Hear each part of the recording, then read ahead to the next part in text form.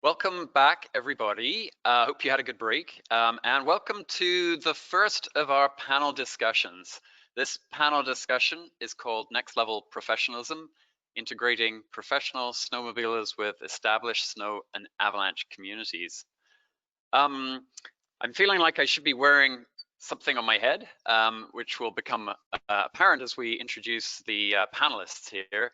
But just before we go there, I would like to showcase some of our sponsors.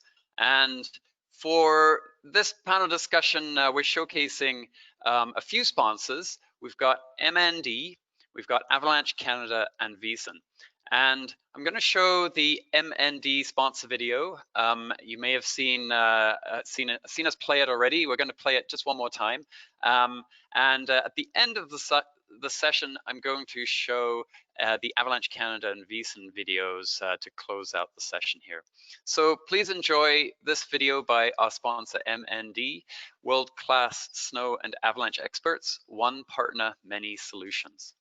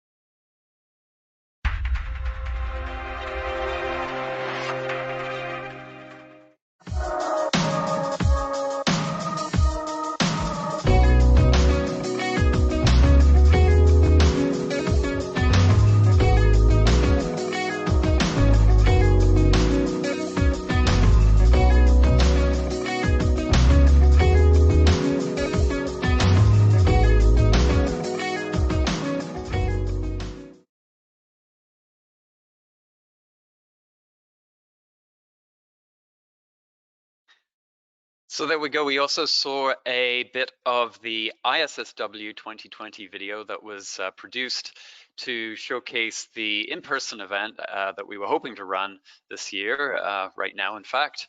And of course, as we've previously mentioned, we are hoping to run that event in the fall of 2021. So fingers crossed for the world situation that will permit us to do that in person next year. So on to the panel discussion. It's my pleasure to introduce Curtis Polyak, who'll be moderating this session. Curtis is a highly regarded snowmobile avalanche professional. He owns and runs the Frozen Pirate snowmobile guiding company and is also a general manager for VARDA, which is the Valemount and Area Recreation Development Association. And Curtis is also a author as well, and has recently co-authored the Avalanche Skills Training Handbook for Snowmobilers. So over to Curtis, who will bring in the rest of his panel. Thanks very much.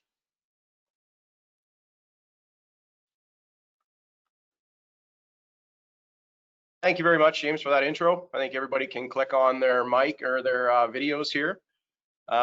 Huge thank you to the VSSW team for putting this together. Weird times for sure, and I know the five of us are very, very excited to be a part of this. So thanks for inviting us to participate.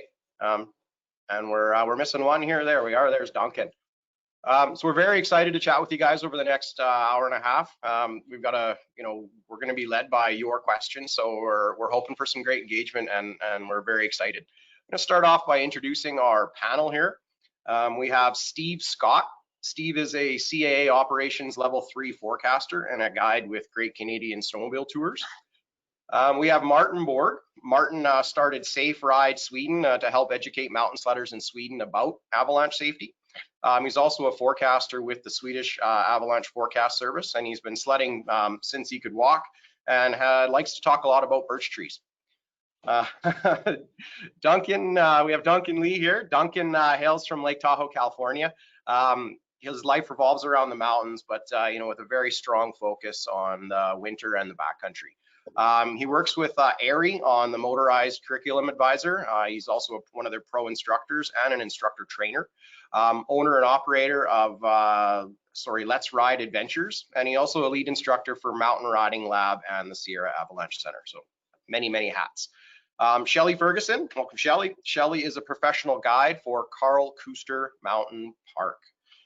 So I think you guys are in great hands. We have a very experienced and professional crew here, and we're looking forward to hearing what you guys have to say. We're going to start off. Just remember, this is a panel led by your questions. So we're going to give each of these each panelist a bit of time to talk about themselves and their involvement in the avalanche world. And we hope that spurs questions from you guys. So once they're done that, we'll try to hit on and see if we have any questions coming from the audience. And that's really how we'd like to run this panel, is probably led by viewer questions. And we think we can get the most organic chat and maybe explain how we operate in our industry a little bit more to you guys. Steve, I think we'll start with you, man. Can you tell us kind of a little bit more about yourself, what your job, what you do in the Avalanche patch, and how you got started? Yeah, thanks, Curtis. Well, I grew up on the other side of the mountain range here near Canmore, Alberta, and I had a childhood of mountaineering and playing in the snow, mostly ski touring and cross country skiing for sure, and snowboarding. And then I had some farm life, which got me into the snowmobiles in the flats first, and so that transitioned when I moved to Revelstoke. And of course, all my friends were mountain riding, and we were mountain riding here before I moved here. But that's what brought me into the life of snowmobiling. So as most people do, they buy a snowmobile to ski tour or sled ski, and then of course they stopped skiing. So I became an avalanche educator and went through the CAA system up to level 3 now, and I like teaching ASTs 1, 2, and into the ITP program for operations levels as well.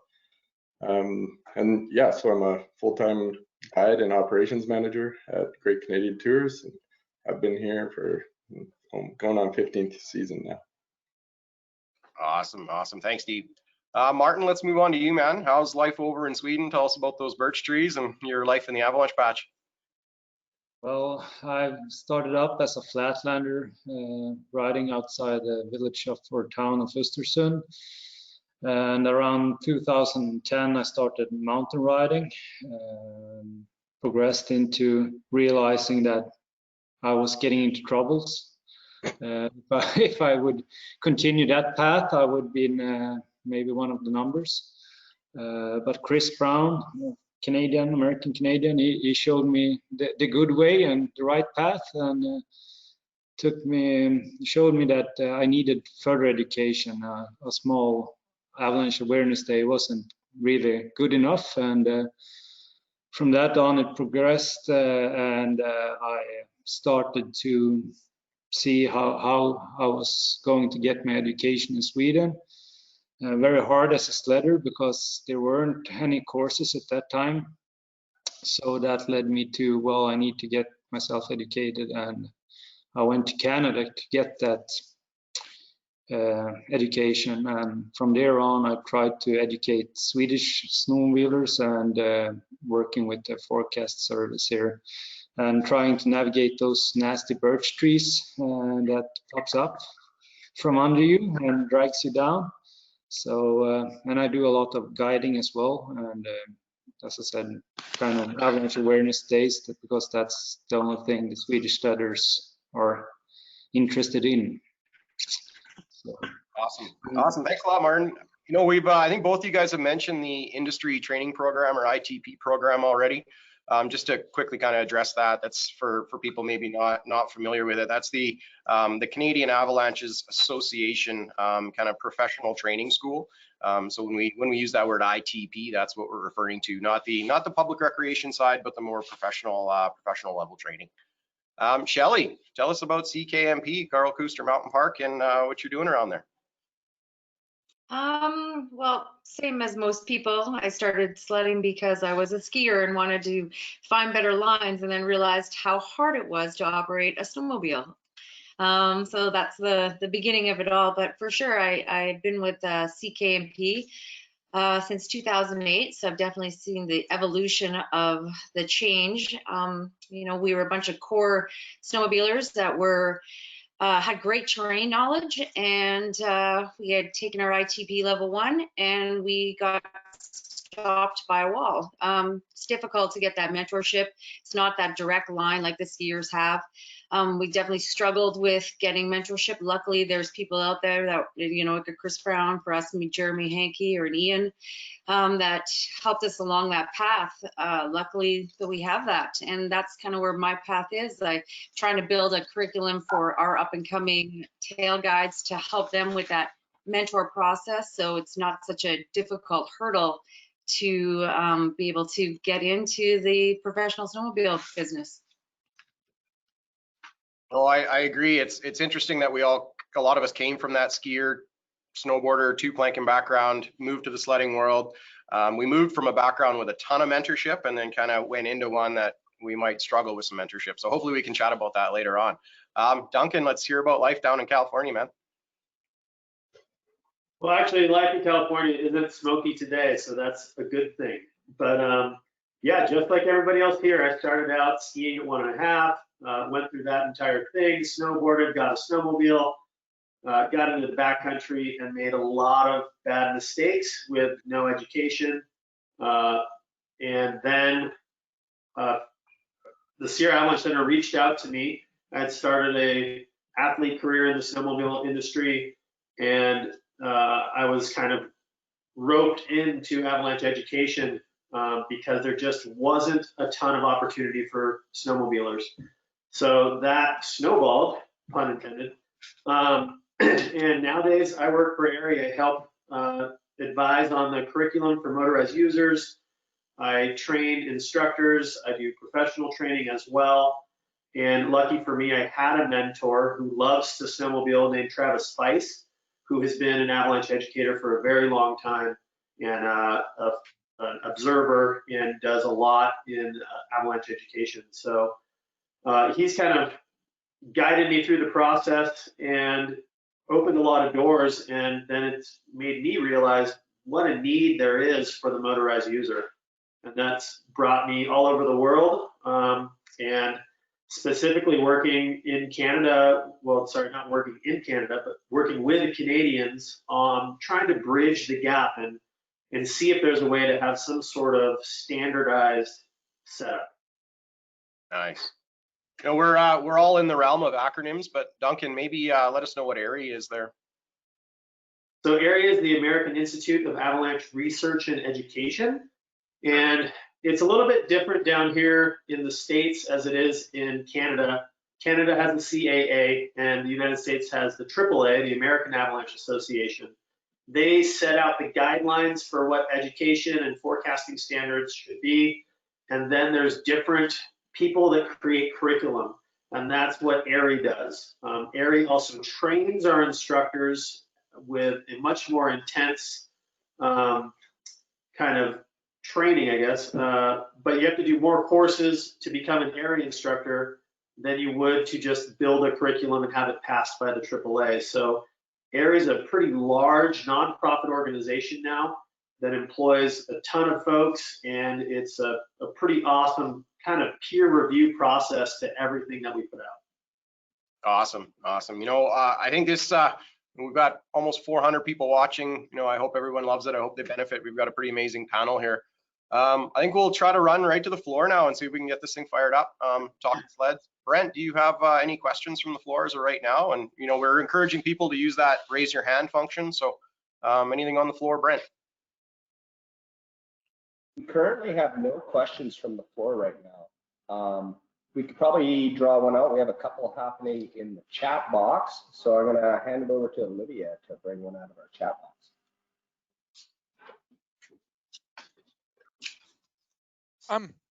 The first question in the chat is for Martin. Are you interested in using satellite LiDAR and the Avi app to map the nasty birch terrain? Not nasty birch terrain. Well, actually, what was the names of those apps? Satellite LiDAR or the Avi app. And yeah, maybe you could just tell us a little bit about the Swedish Avi app and what you think about that. The Swedish Avi app, that would be the Swedish forecast service, but it's more the Swedish terrain is we have some complex terrain, we do, but overall it's not that nasty, but I would say we don't, how should I put it? It's pretty hard to go with English just on the fly. Hey, Martin, why don't we mention these birch trees a few times? Why don't you tell us about these nasty birch trees and why we keep bringing them up? How does that change? Like, how does that affect your snowpack? Well, they're not the snowpack. The trees are, well, they're not as dense forest as it is with spruces. It's more widened. So even if you're in the birch trees, you might find avalanches, but still the most important part with the birch trees, that is it makes it hard for you to transverse or side hill through them, because they're so shallow in the snowpack, so you can get caught on them. So it's not really an avalanche problem with the birch trees. More spacing, yeah. Awesome. Anything else come up in So the? is it an avoidance? Oh, sorry. So is it an avoidance? Do you just try to avoid those birch trees, or do you try to go through them? Is that an exciting thing to ride them, or is it an avoidance? It's exciting to try to not getting caught by them, to try to navigate through them. You really need to read the terrain and the snowpack on the go to see where you can build speed and where you cannot build speed. So that's an interesting part about the birch trees. Building speed and knowing when to build speed, that's the hard part, and when to cut deep to keep the sled on its side when doing a side hill is also, it's a challenge with the birches. Again, it's not that, not only the complex avalanche problem, it's a complex sled problem, eh? Kind of more of a complex sled problem than an avalanche problem, though. Brent, anything else from the floor here? You bet. We have a couple questions from the floor. First one we have from Brandon Schwartz. Go ahead, Brandon. You could tell us where you're from.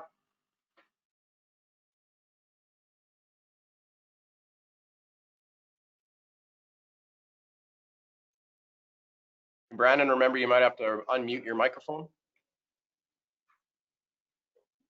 Brandon, it does look like your mic is unmuted in the audio control panel in the GoToWebinar. You may have to select your specific mic if you'd added a headset. Brandon, as well, we'll give you another second there. Maybe you want to type your question into the chat box and give you 1 second to give it a go again. Looks like Brandon, if you could go to the chat box, that would help us greatly. And I'm going to move on to the next person on the floor, which would be Dorian Sheldrup. Can you guys hear me? Yeah, you're a little bit quiet, Dorian, but go ahead. Yeah, we'll try that. I just wanted to thank you for the correct pronunciation of my last name. Yeah, so for you guys in the panel there, I'm a slider, started off as a skier like you guys, kind of identified that, and I wanted to. In and out a bit there, Dorian. Can you hear me now? Yeah. And yeah. Okay, sweet. Yeah, so I'm in Squamish, and I've kind of observed, it seems like with this atypical year we're having, a lot of people seem to be buying snowmobiles. They seem to be selling like hotcakes out in the Sea to Sky corridor out here. And just wanted to hear what your guys' kind of comments might be on that as far as usage we're going to see in the backcountry and, you know, behavior and stuff from people who may not be familiar with how much terrain and, you know, exposure they're going to get in the mountains, especially with other sledders around. So are you kind of asking more along the lines of we may, due to the current state, we may see some newer riders in the backcountry and how that's going to work out? Yeah, absolutely. So I'm sure you guys are familiar with Brandywine. Like, to me, that seems like the it's going to be a hot spot for congestion and you know, potential incidents, or, you know, basically I'm just very curious as to what this season's going to look like with a lot of new users out there. Sure. Steve, you're in one of those meccas there in Revelstoke. You know, I've been thinking about this quite a bit too, but what do you think in the winter 2021 is going to look like?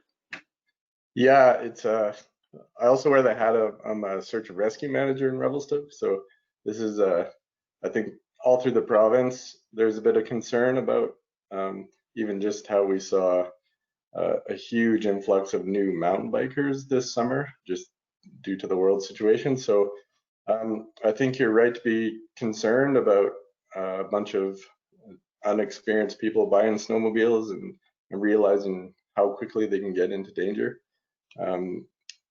That's been an ongoing problem for like public forecasting, trying to be able to reach out and speak the language of snowmobilers and really get to connection with the newer user about the importance of avalanche education and having the gear, and then riding habits. So I think if in your situation, like something that I've seen through the growth of Revelstoke is it's important to remember that there's another hazard out there, which is a public user, which may be unexperienced. So you could have a lot of overhead hazard in terms of like human triggered avalanches, which is super difficult to predict. And you don't even know if these guys or girls are going to be dropping off cornices or accidentally letting go cornices above you. So I think for yourself personally, I would reconsider your terrain travel and don't ever forget that that's an option. Or you might think you're stopped in a good spot and then some person on a new turbo goes right into the start zone that you didn't think had any potential for natural triggering, but the human trigger factor is going to be surrounding you a lot more than you're used to. So I think my advice would be look up. Yeah, there's been quite a growth in kind of all outdoor sports over this a new summer we've had in front of us, and I don't see much change for the winter. But Duncan, have you seen kind of that growth down there in the States again with the summer activities outside due to the pandemic? And then what are your thoughts on the winter? Yeah, our trailheads have been maxed out this summer, and everybody that can't travel internationally or that isn't is traveling interstate or just into the backcountry themselves. We've seen a massive shift in just population moving to the mountainous areas. And then, yeah, for the upcoming winter, sled sales are up. A lot of people contacting that are friends in the ski world are like, where can I go buy a sled? And so I'm sure it's going to be crazy busy this year for sure. And up in there at Brandywine, you guys have almost 200 trucks on every weekend in the parking lot. So I don't know if they can fit many more trucks, but it's still super busy. So even if there's not a lot of people, Steve's comment about looking up is probably the safest way to go, because other people out there are another hazard. Totally agree. Brent, maybe we'll switch this one up. How many other questions from the floor there? I see a few coming in on the chat box. Yeah, you bet. We've got a couple more questions from the floor. Next one up was Scott Thumler. Go ahead, Scott. Oh, hey guys. Steve, this one maybe is for you, but for everyone as well. I read somewhere that you're working on an accredited snowmobile guide process. Is it worthwhile to chat about where that's at right now, or is it a little early? No, that's great. Yeah, thanks, Scott. So there's it's probably, well, it's a few years in the process now, but we've definitely got a ball rolling, and there's a lot of the professional snowmobile guides in Canada and the United States and even Sweden that have all expressed interest in getting together and kind of having a unified voice, as well as almost a curriculum and a set of standard practice that would define what a professional snowmobile guide is. So I think the level of education and experience out there is really reaching an amazing high point right now. And yeah, we're getting very close and to kind of bringing this out to the world. And we've had a lot of discussions and meetings and some really good like hands-on get-togethers with all of these guides. Like we had probably 20 of us, and all together out sharing each other's different methods and skills that they've used to use their snowmobile in the mountains for collecting avalanche data and testing slopes, and then we do avalanche rescue practice and then crevasse rescue, all of like everything that you would see in a mountain guide program. And so we've come to the point where we're just trying to make the association a little more solid, so we come out strong, and I'm pretty excited, and it's something that's coming soon. Shelley, you know, I as a business owner myself in the guide industry, it's tough to find what we claim as qualified sled guides, right? We have to basically pick our standards, and the employees have to meet our standard. But in this guides association, you know, what would you be looking for? I know, you know, you're a busy guiding operation. It is tough to find what we would call a qualified guide. What does Ckmp look for in their guides? You know, you have to have definitely your head on your shoulders. You're moving through a lot of terrain. I think the biggest thing is I did actually go to Steve's course when we were looking at how we were going to attempt to make this guide association, and I did like the way that we were all out there hands-on, showing each other skills and having kind of a matrix built of what our expectations were. As far as Ckmp, we're really just trying to get our tail guides out there and just mentor and show them our expectations, scenario driven.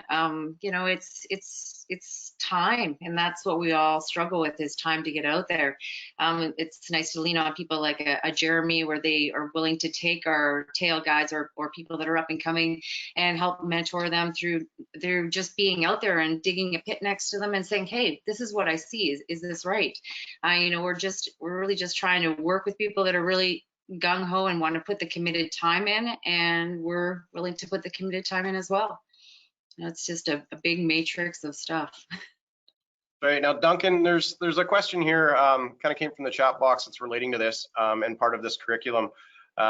Someone will say with 100, 150 days a year, 100 days a year in the mountains, you know, a long time skiing, but getting into this sled side of things, picking up their first sled, wanting to see what it's all about, why we've all made this switch. Where would they start first? What would be their best first step to begin their sled toolkit? As far as like new person getting into sledding that has a lot of backcountry experience, there's a variety of skills that are needed. Terrain knowledge, snowpack knowledge is a must and a safety skill that needs to be learned by all backcountry users. If you already have Avalanche education, you can apply most of it. There are specific things for the motorized user that come out in a motorized specific Avalanche education course, and which is why we've developed a curriculum specifically for motorized users. Also why it would be important to maybe refresh those skills by taking a motorized specific course on your machine. Now, the next thing that comes into play is riding ability. That is also a very large part of this whole puzzle. So going to a guided outfit, you can learn a lot of stuff from the guides. They're usually pretty awesome folk that like to help others learn to be better riders, because then that means during their guided tour, they get to ride better stuff. But you can also take a clinic and learn the basics from the get-go, which is a great thing to do, I think, because it takes years for the learning curve. And those of us on the panel all struggled through those years, through the machine changes. We've gone in 10 years from machines that could barely powder turn.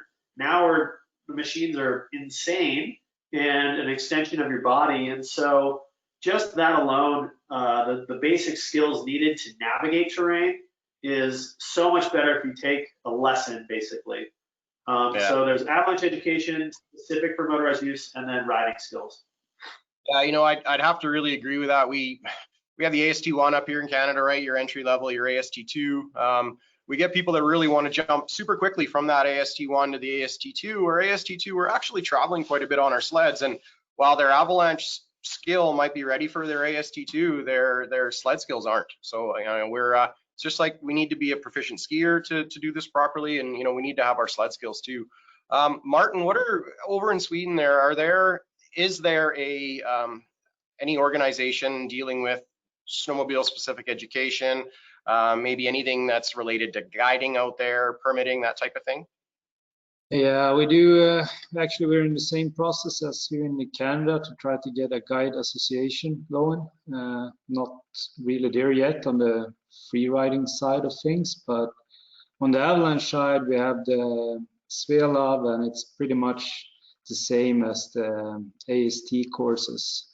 And the professional courses are also very similar to the Canadian CAA versions.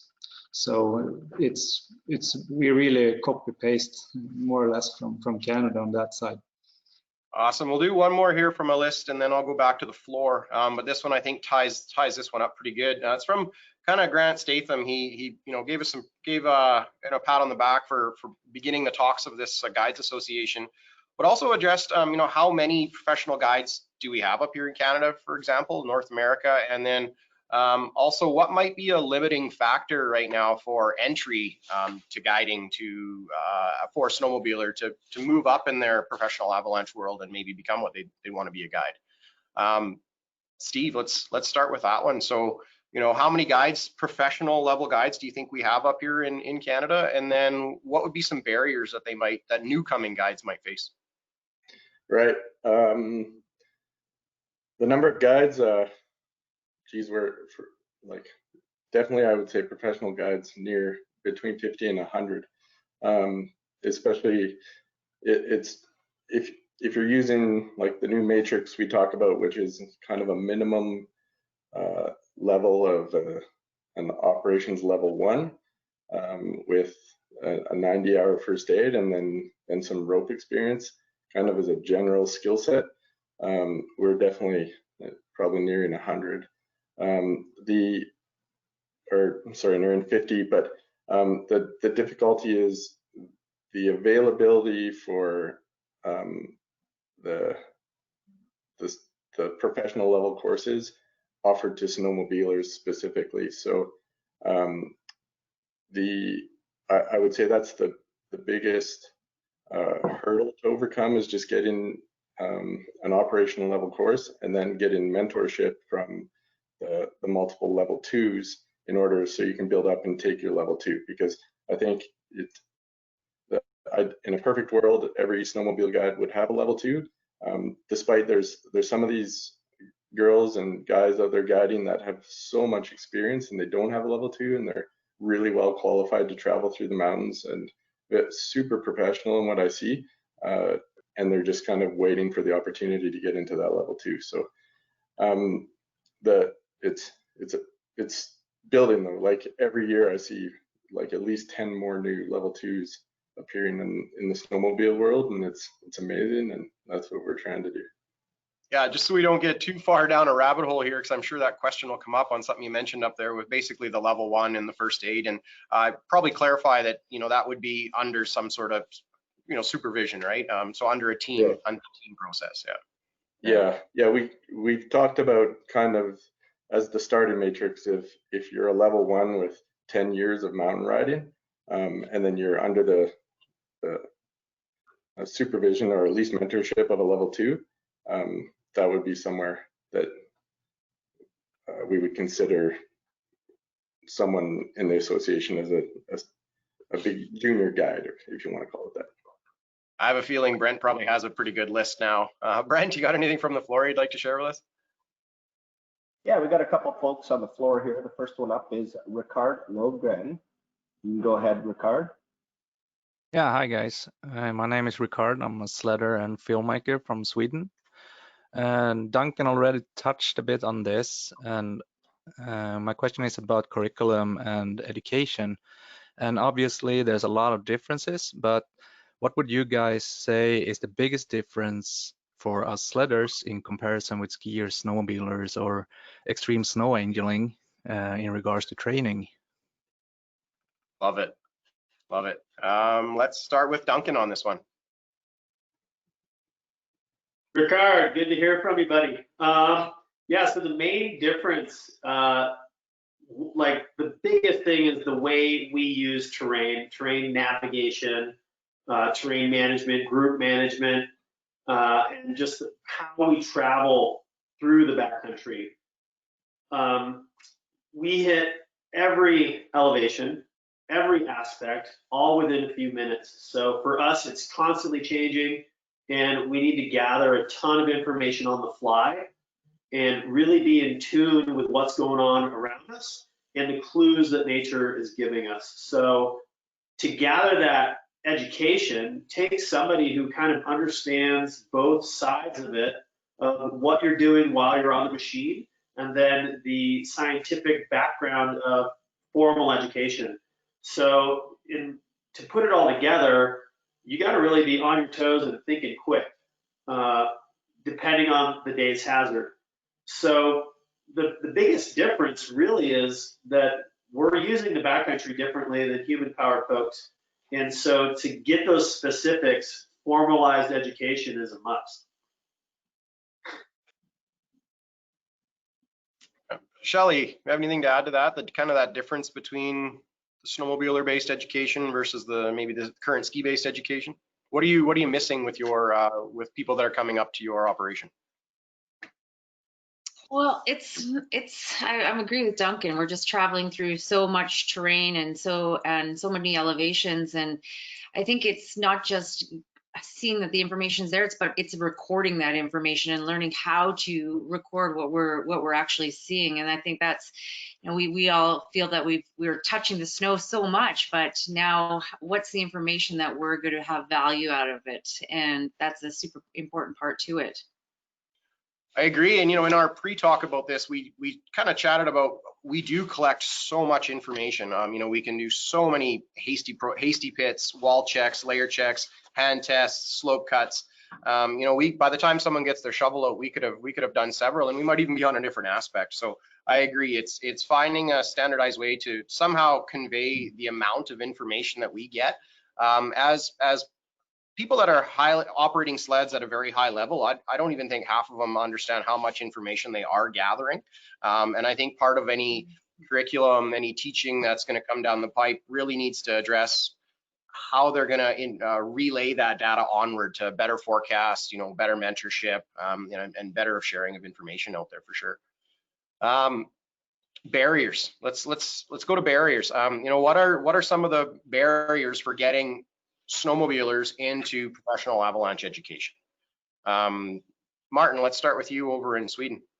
Yeah, I think most of the Swedish sledders that they think they're missing out on a couple of days of sledding. The normal weekend warrior in Sweden maybe have 10 or 15 days on the sled each year, and wasting 2 days to take a AST1 course is perhaps too much for them. I don't know, but that's what the feeling I get on that things. So that's the recreational side. Are there opportunities for professional level sled trailing or sled training in Sweden? No, you have to go to Canada or the States to stateside to get your formal education if you want to do it based on a sled. Yeah. Fair enough. Steve, what are you seeing as for barriers? You know, you're in quite a mecca down there, you and Shelley. What are you seeing as barriers for snowmobilers to get into the professional level of education? I would say the biggest one would be availability of mentorship from level 2s, and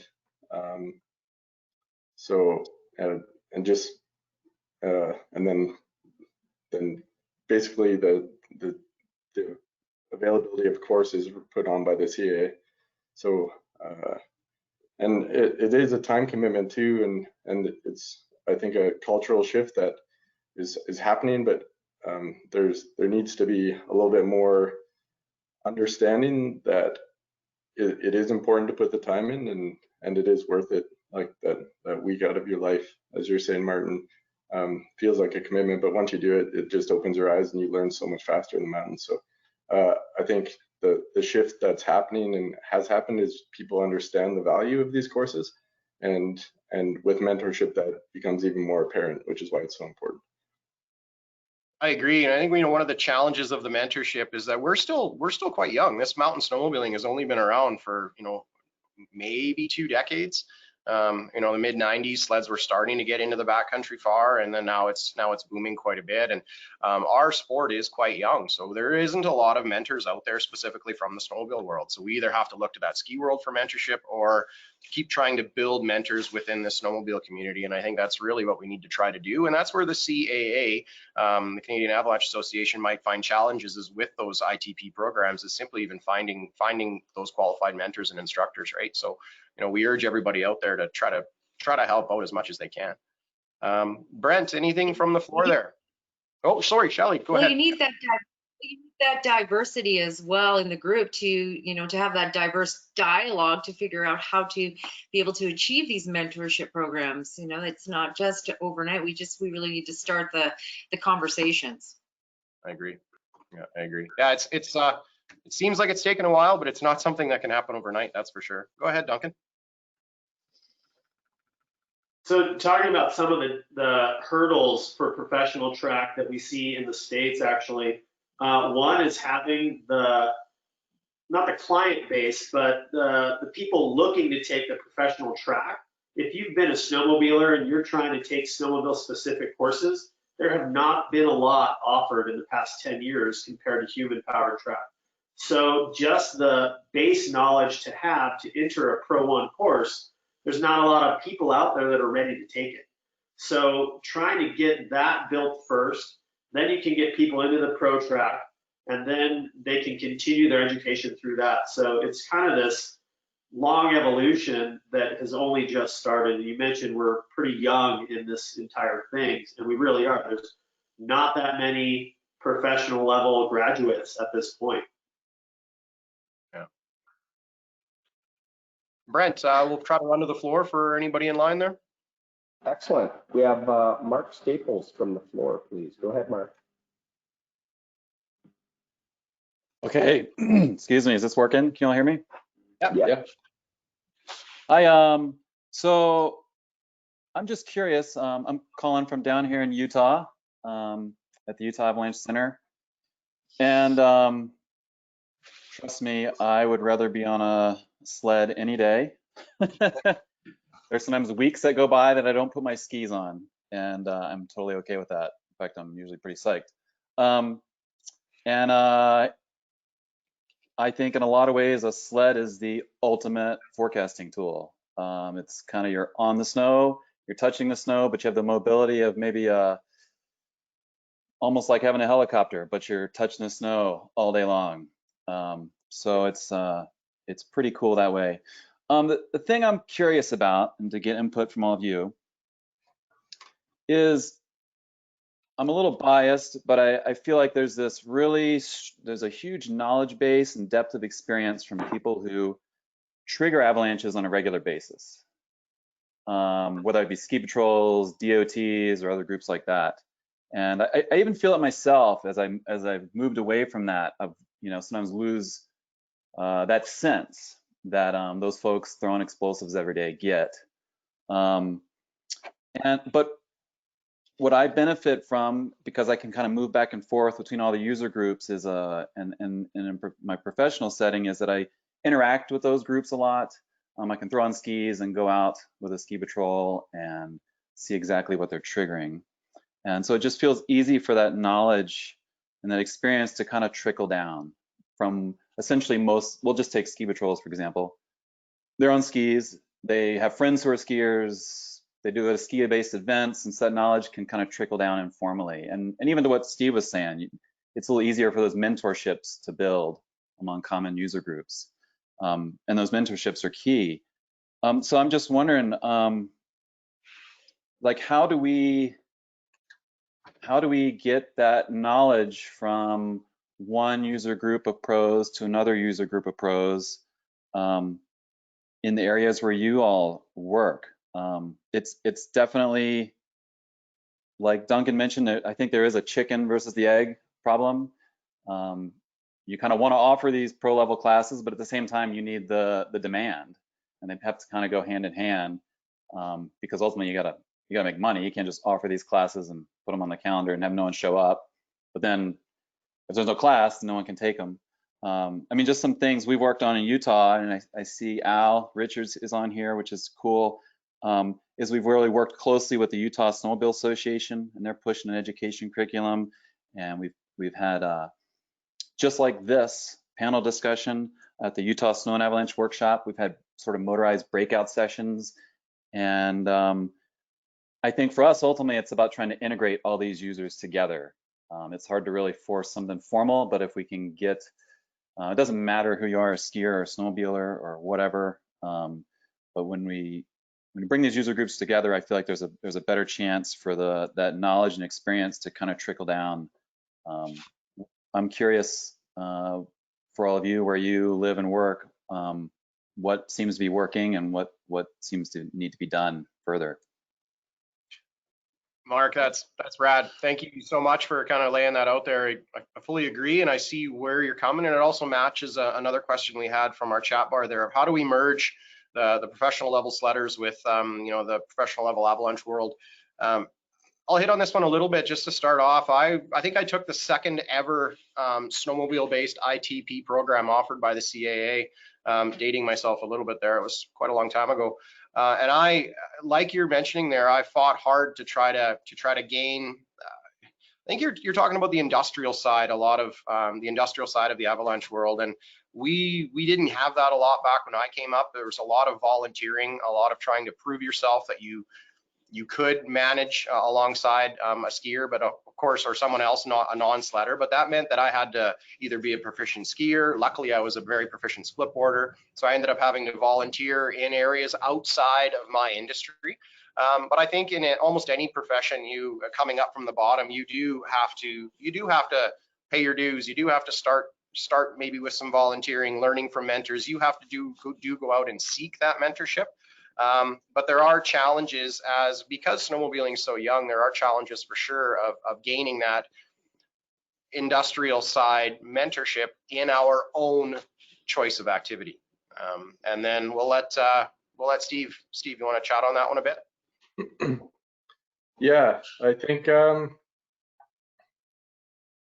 well, there's a few parts to your comments and questions there. I think how the mentorship comes down, like Curtis is saying, is a lot of the people before there were any level 2 snowmobile guides or anybody with that kind of experience, it took you going out and actually just making a phone call. And I was really surprised to see how open people were when you would phone a ski hill and explain, listen, I'm an aspiring snowmobile guide or want to be a snowmobile professional, and do you have any opportunities that I can come and learn from you guys and girls out there? So calling people, I was quite impressed with. There's a lot of people are with the knowledge want to go snowmobiling, so just inviting them out snowmobiling, and you put a really ton of experience just on a beginner as a sledder and just take them out snowmobiling with you, and they'll teach you the whole time while you teach them how to snowmobile. And there's been a lot of crossover for me with that, like great people who are just hugely knowledgeable in the Avalanche world, and you just take them sledding for a day and they'll teach you everything they know, and you just quid pro quo and teach them how to snowmobile, and then eventually you just see them every day in the mountains now. You know, I love that idea, and it's a bit humbling for both parties, so it ends up being a really good learning experience. Martin, you actually took this one step farther even, and I think you changed maybe your occupation and your lifestyle to get more of this mentorship and industrial side and the other side of the Avalanche world. Tell us a bit about that story. Yeah, as we all have encountered the hardship to get mentorship, for me to get to the next level, I need to work as a professional, and me as running my own company as a guide, how should I progress? And I had to go to the forecasting service and work with those guys, and it's been really rewarding to go out with the other professionals and change ideas and build from that. And I also think that, like in Sweden, the problem is that the forecasters in general doesn't have a sledding experience. I guess that's much better in Canada now than it is in Sweden, and try to teach them and show them the tool that a sled can be. It's also been beneficial for the other forecasters. So I guess it's been rewarding for both parties to get into for me to travel into this world. It's a new world for me though. So you actually had to basically go into the forecasting world to try to continue that level of to gain knowledge and try to educate myself further. Yeah, I love it. Duncan, what do you see happening kind of south of the border from us as far as merging of the professional snowmobiler with the professional avalanche world?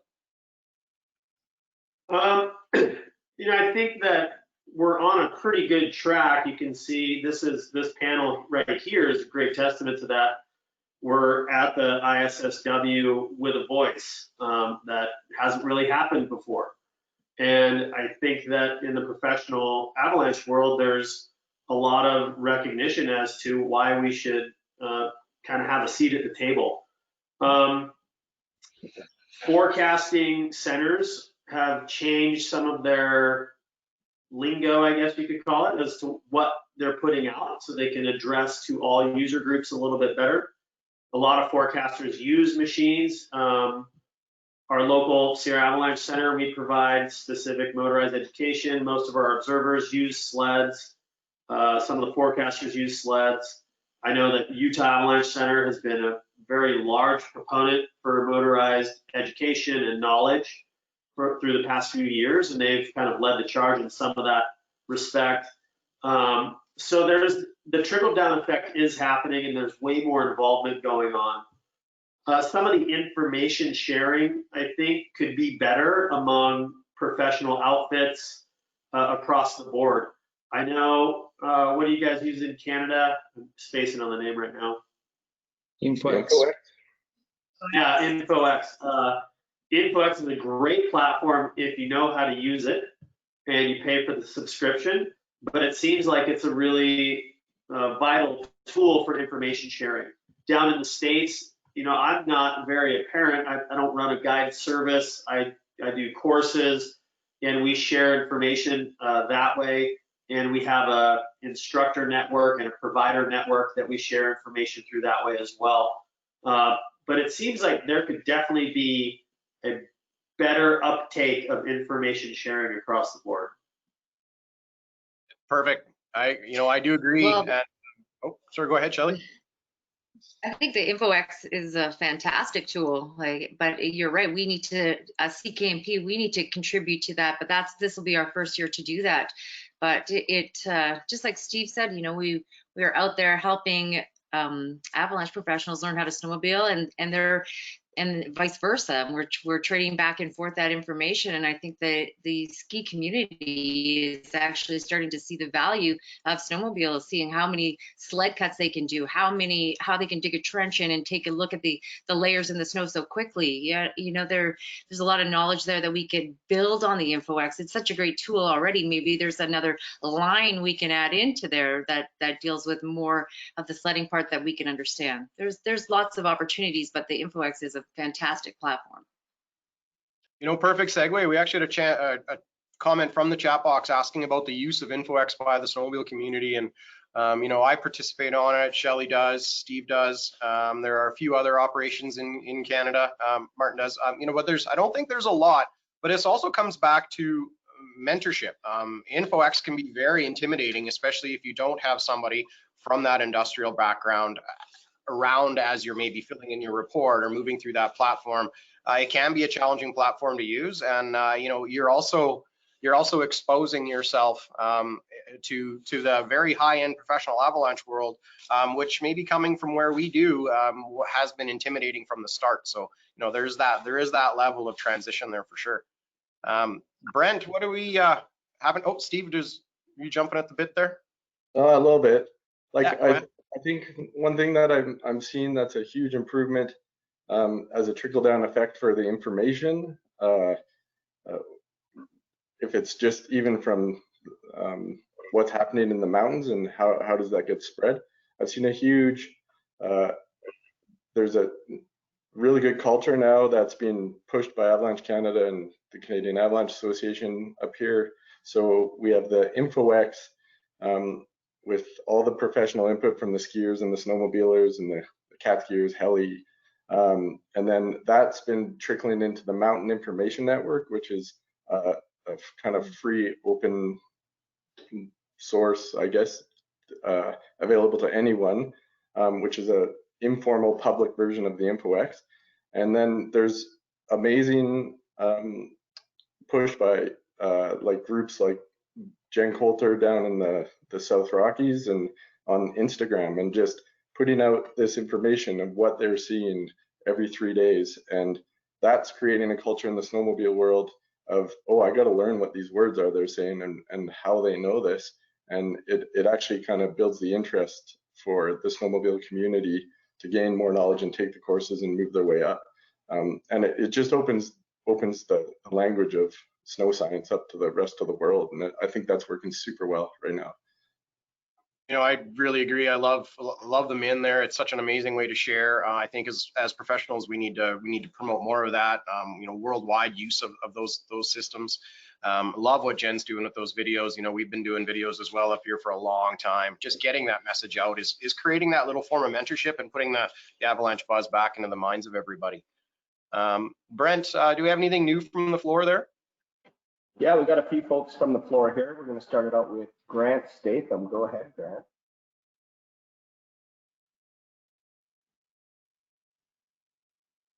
Grant Statham. Hey there.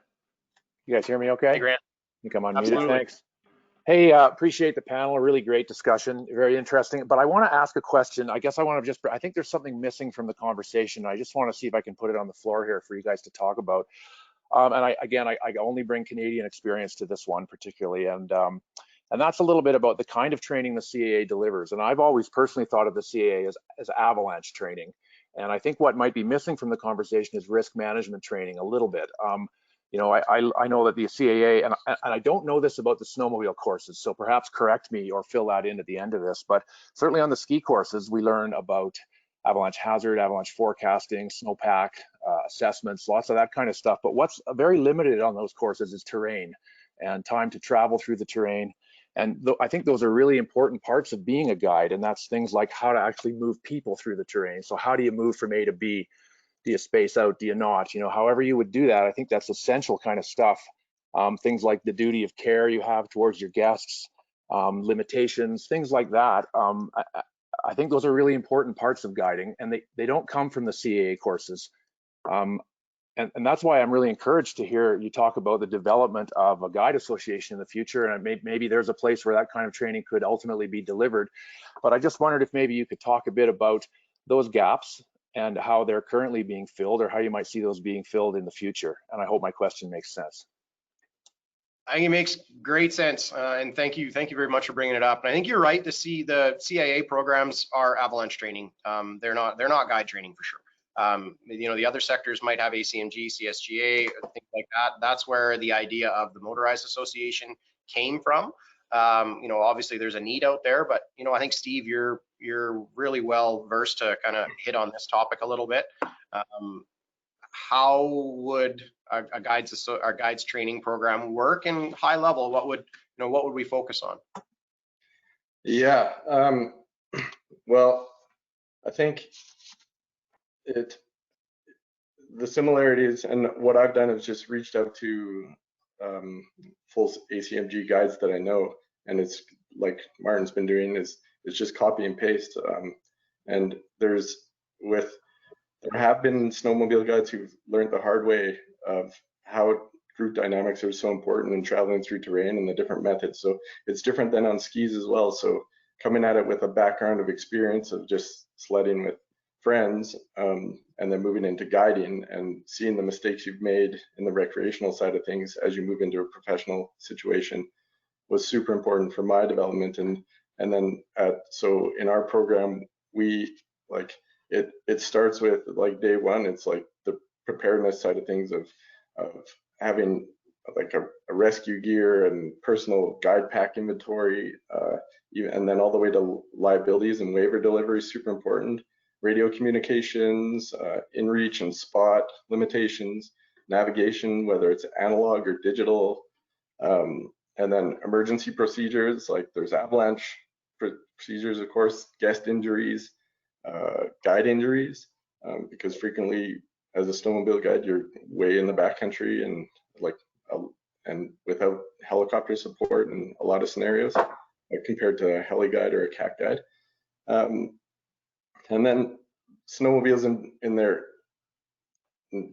makeup, or it's like herding cats. You hear that a lot in snowmobile guiding, because they're so easy. They're not limited by gravity, and you can't constrain them just using terrain features, because the snowmobile can go anywhere, up and over and down, and it can follow another group for the whole day, and you don't even know if you're not kind of really in tune with group dynamics and having communication with your guests. So it's a process that it does take like 10 years minimum until you start to get a handle of the intricacies of group management, moving through terrain and or even just keeping your group together.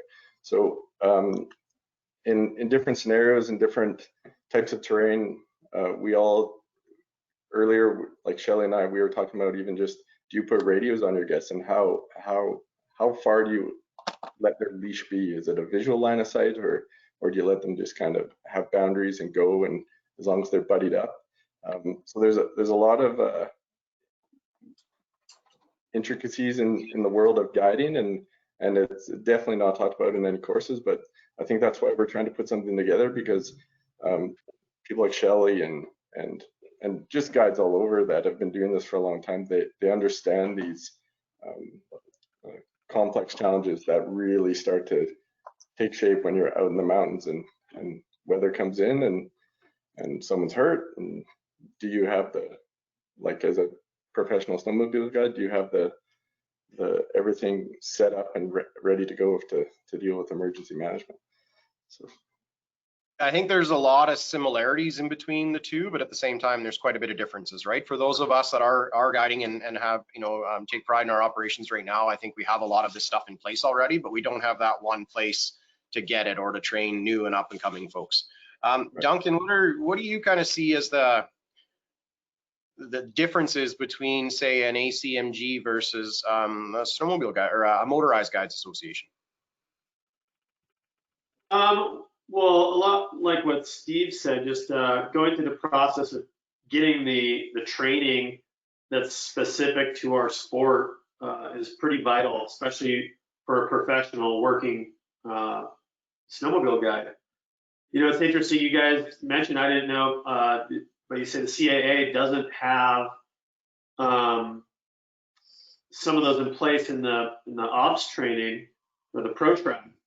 Down here, we teach part of group management and the way you move through terrain as a tested section of our curriculum through area and the pro courses. So, we touch on it. Is it enough for snowmobile specific guides? No, but hopefully in the future, there is a standardized guides association for motorized users. I think it's such a vital piece of the puzzle, because then you have all the guides operating with a standard. And the ACMG has done a great job of kind of holding that standard. It's pretty high level training. You have to go through a lot of different courses to obtain that certification. And with a specific standard for the motorized community, because we travel so quickly, we see so much, there's so many aspects of this sport, it would be so vital for all professionals to have some sort of base standard. So while, I don't know if we need as many courses as the ACMG requires, because when it comes down to it, we probably aren't going to carry similar, as much stuff, or maybe we carry more stuff, but figuring out those differences, I think, is going to be a work in process until the Motorized Guide Association is actually formed and there is a standard process or best practices document that's been created. So I'm excited to see how this all shapes out. I've been hearing about it for a little while, and I think that you folks in Canada with professional organizations that have started this talk and are going down this path, I think is great, and hopefully we can kind of loop in all of the organizations, even if it's not called international, maybe we can still, have it act as that way. Yeah, thanks, Duncan. A little caveat there for the CAA. I guess we do spend a lot of time in the field on the level 2, so there is train management, there is group management. But what I was meaning is it's not that guides program that you're going to get from that guides association, right? So you do learn. It is a focal point for sure. But I think to Grant's point, it's not guides training, right? I think we all agree on that. Anybody else have anything to add? Yeah, Shelley, go ahead. Yeah, well, you need a little bit more of intimate knowledge of your terrain, that where you are as well. If you're more of a tree tenure or more open bowls, and how you're going to manage the general public as well as your guests. Like, there's a whole dynamics working with the general public and being able to funnel your guests where you want them to go or herd them to the direction you want. It is like herding cats sometimes, but at the same time, it's not just the Avalanche terrain we're worried about, it's actually keeping the group together. So a lot of time that whole guide association is going to help you be able to teach guides how to continue a motion, to keep a flow with your group, to keep them moving where you want them to go, circling back, having that buddy system, accountability. It's really important to have another side of it. Love it. You were moving through. Yeah, I love it. Not only is the Avalanche world complex, the guiding world's definitely complex as well, and there are two different parts to it for sure. Martin, you had your hand up there. Yeah, I'm just curious how it works in Canada, or if you guides are sharing like injuries or incidents, and so you can see like a track record of what's going on and what's happened, because we did that part when starting our guiding association here in Sweden, just to see which type of injuries are we seeing and how to prepare for those injuries as well, because it might be more of a high trauma kind of incidents with sleds compared to other types of recreational sports. Just, I don't know, how are you doing it? Yeah, and I think it can be quite a different challenge, right? We necessarily don't have a helicopter on site or on standby and waiting for us right to our nearest neighbors. So, Shelley, how do you guys kind of handle the emergency industry side of things out there? And are you reporting your near misses or injury? I guess not injuries to InfoX. That's really not the place for it, but any near misses, that type of thing. Well, this will be our first year contributing to InfoX this year. So we've just been a part of understanding InfoX for the last couple of years through Jeremy. So this will be our first year to be a part of that. But as far as having backup plans, we practice our scenarios all the time, but we have our own rescue toboggan that has everything that we need to be able to be up there for the night. And I think that's important that you practice with these instruments that you have. For it, we'd all like the heli ride out, but it's not always possible. So we definitely have to have a B, and C plan. Yeah, being a SAR responder up here can be interesting for sure. Just a bit of point of clarification here. We had a question regarding when we talk about level 2, if we're talking about the recreational or the professional. And from this group here, guys, we're always, anytime we talk about level 2, we're referring to the professional level 2 program. So we'll head to the floor. I think we have a couple questions there. Brent, what do you got for us? Yeah, we have a question from the floor from Scott Savage. Go ahead, Scott. Hey, can everyone hear me? Yeah, for sure. Yeah. All right, hey, great discussion so far. Thanks for doing this, everyone.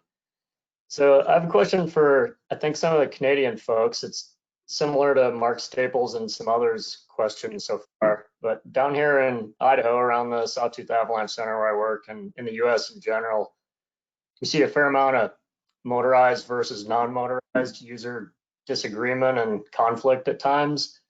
It's largely due to land use issues down here, but also some significant cultural and demographic differences. And there's still effectively two different tribes down in the US, and it can be really intimidating or taboo even for both professionals and recreationists to cross over. So I'm curious to what extent you see that us versus them attitude among the user groups in Canada. And I'd love to hear your thoughts on what we might do to bridge this divide down south to get more, I guess, professional cross-pollination between sledders and skiers. Because as we all know, the Avalanches don't give a rip whether you're a sled or skier or go both ways, like me and most of you folks. Thanks. Awesome question. I'm just going to hit on this one really quickly, and then we'll let it go to the other guides in the room there. And I'm going to wear my recreational hat here. So working in Valemount, we have a mecca for public snowmobile recreation. We also have a mecca for backcountry heli skiing, CMH, other operators in the area. So it's our board, our group is actually made up of the different users. It's made up of heli skiers, non-motorized users, snowmobilers, and that's basically our recreational development club. So we really try to deal with things on a localized level, how we're using terrain, where we go, where we don't go, who uses what, and we really try to bring that back to the community level. And I know that's not the perfect instance everywhere, and it might not be the perfect professional realm, but if we're talking just widely used terrain, maybe not tenure specific, bringing it localized as much as possible and having everybody at the table breaking bread, having a beer, and talking about terrain use has gone a long way for us. We've been incorporated this way since 2004, and it's been very successful. But I will let some of the other tenure holders speak here. Shelley, how are you guys seeing the relationship or the management between the different tenure holders? Same idea, Curtis. We're involved in different groups in land management, and it's having that diversity at the table, having everybody have a say. That's the only way you get the emergence of ideas to establish something. So you have to have everybody's voice at the table to have change. Steve, do you have anything to add to this one? Yeah, I think a big overlap is happens and there's relationships built when you realize the value in each of those user groups and how they can help each other. So like as a search and rescue, as a center hub, we have all the user groups as part of our Revelstoke search and rescue community. So there's a lot of dialogue that happens there and crossover between like you got your ski touring teams and then your sled teams and then your helicopter teams and then your guides and everybody's kind of a part of it. And I think it's just having a central, like Curtis and Shelley are saying, a central or a meeting point where people do sit down and they actually realize, holy, like on a cloudy day, we could call your company and you could come and get our guests out of a really bad situation when the helicopter can't even take off again. And knowing the value of snowmobilers, and then us knowing the value of and having the relationship that I can pick up a call or a phone call a heli ski company and say, hey, we've got a situation, you guys help us out. And when you feel like everybody's there and a huge skill set that can help each other out, I think that's what breaks down those barriers and kind of brings everybody as we're all just in the mountains, and we should all have fun and respect each other. And there's more respect in that instance too. As soon as the snowmobilers actually like the ski tours and everybody wants to help, they'll stay off their runs. And there's just once you put a face to the name and talked about how everybody's just out there to have fun, then you can have a voluntary kind of help each other out situation. So I think that's what's important. I agree. I think we're coming from the professional side as well, but and we talk about mentorship, and we can mentor. We have a massive amount of public out there, right? And we can use our influence as well to try to educate the public on those relationships and the hard work that either the tenure holders, the local clubs, and the commercial businesses are doing to maintain that backcountry use. Brent, you had one more from the floor here. Yes, we have another question here from the floor from Robin Siggers. Go ahead, Robin.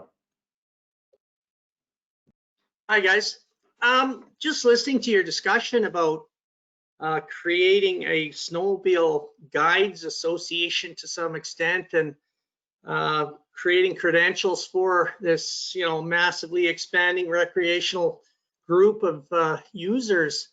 Have you thought of, or is there any collaboration with the ACMG or the existing guide organizations in the US or Sweden? Have you ever thought of, or they've been receptive to bringing snowmobile guiding into an ACMG type category? Thanks, Robin. I'm gonna let Steve answer that one. I know he mentioned earlier he's been talking a little bit with ACMG and pulling from them. Steve, I'll let you hit on that one. Right. I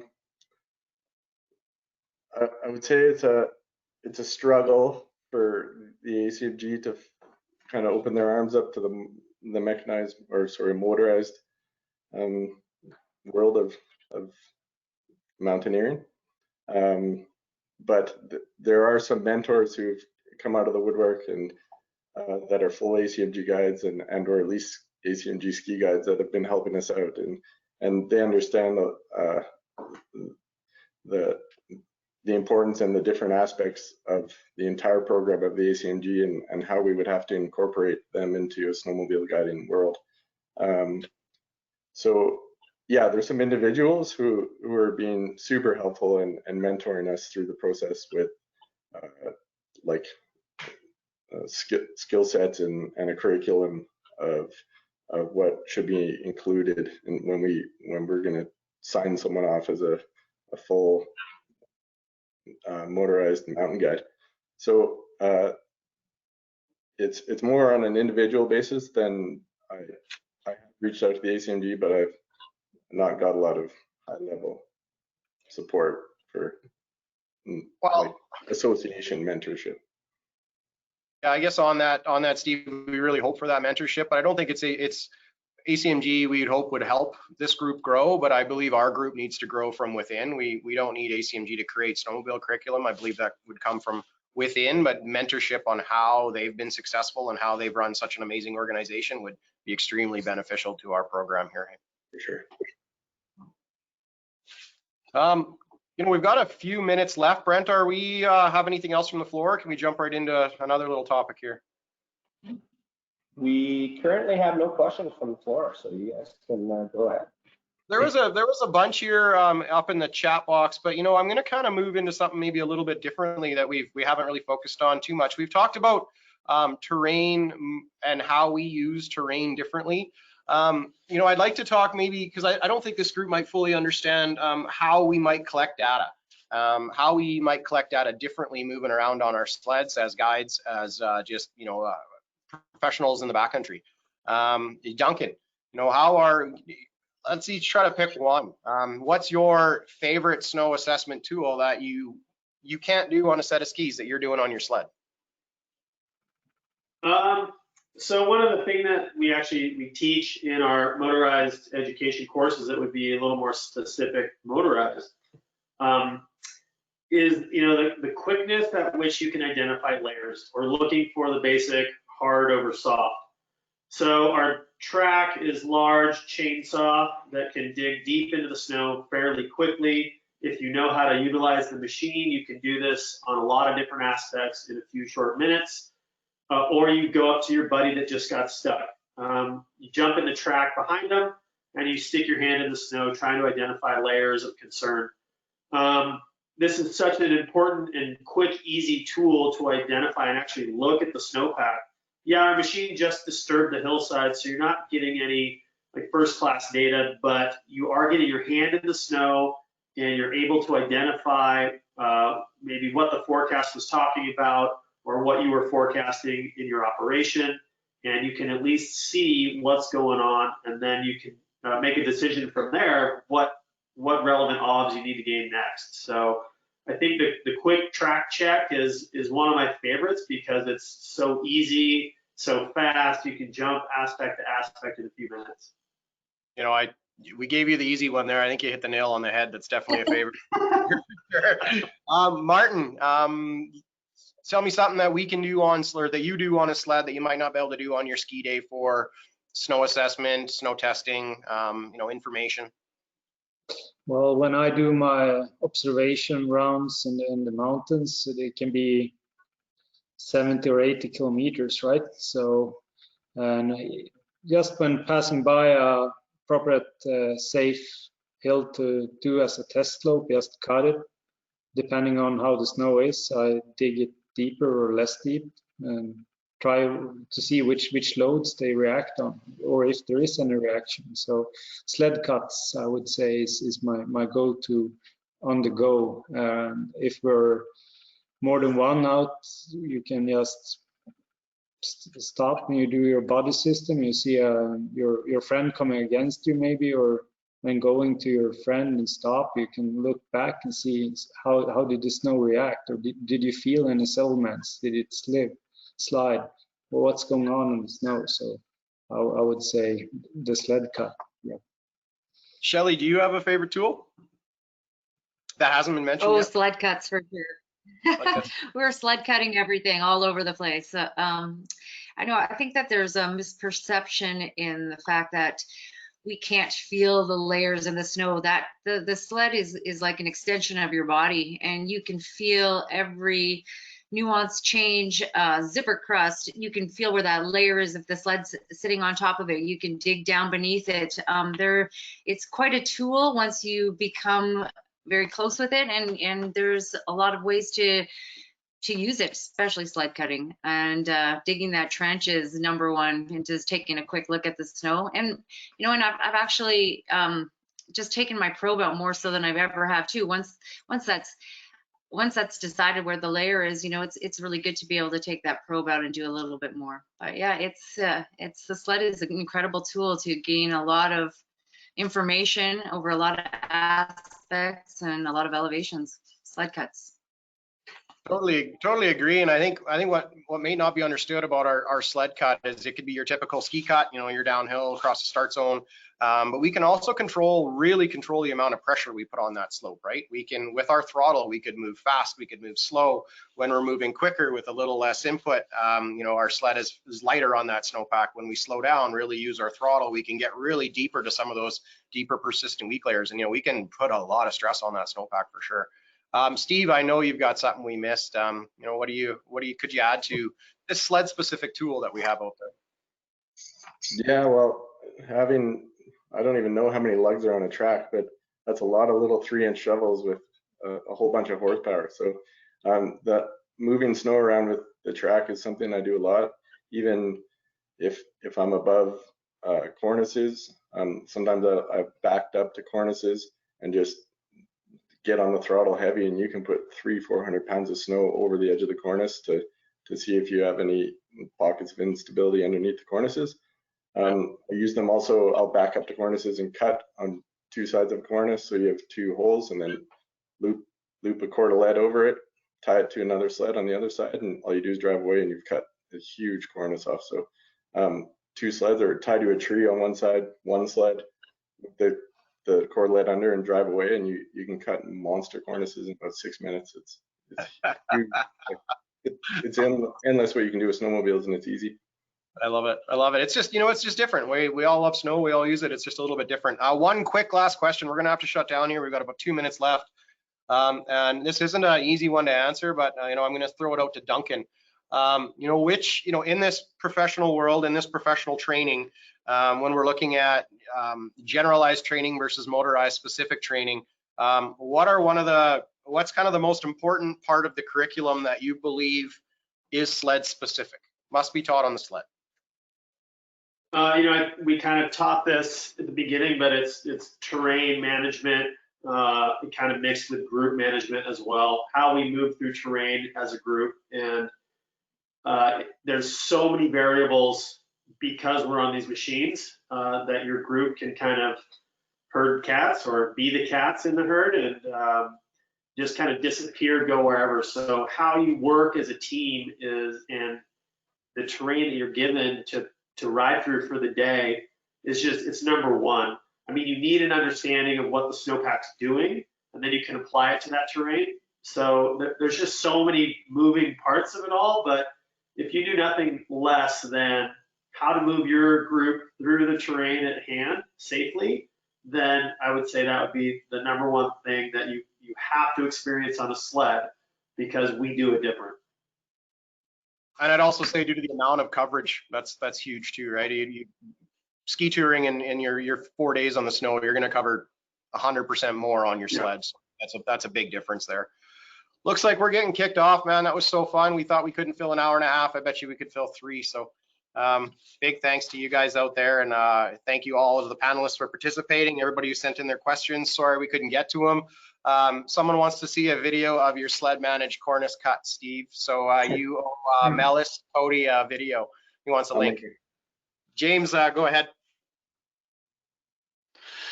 Thank you so much, Curtis, Steve, Martin, Shelley, Duncan.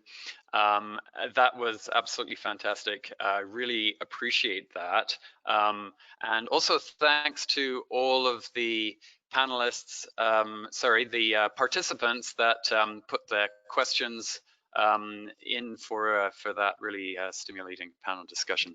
Hey, James, sorry, one more thing. Just if they want to continue on with the sled talk, there's going to be a poster presentation by Alex Ibbotson later. It's going to be a live discussion that's going to continue on with this snowmobile focused talk. So head on over to that one if you're interested. Perfect, thanks Curtis. And I did notice that that was put into the chat there, so you might have to scroll up just a little bit to get the details on that, but that's a really great plug, thanks a lot.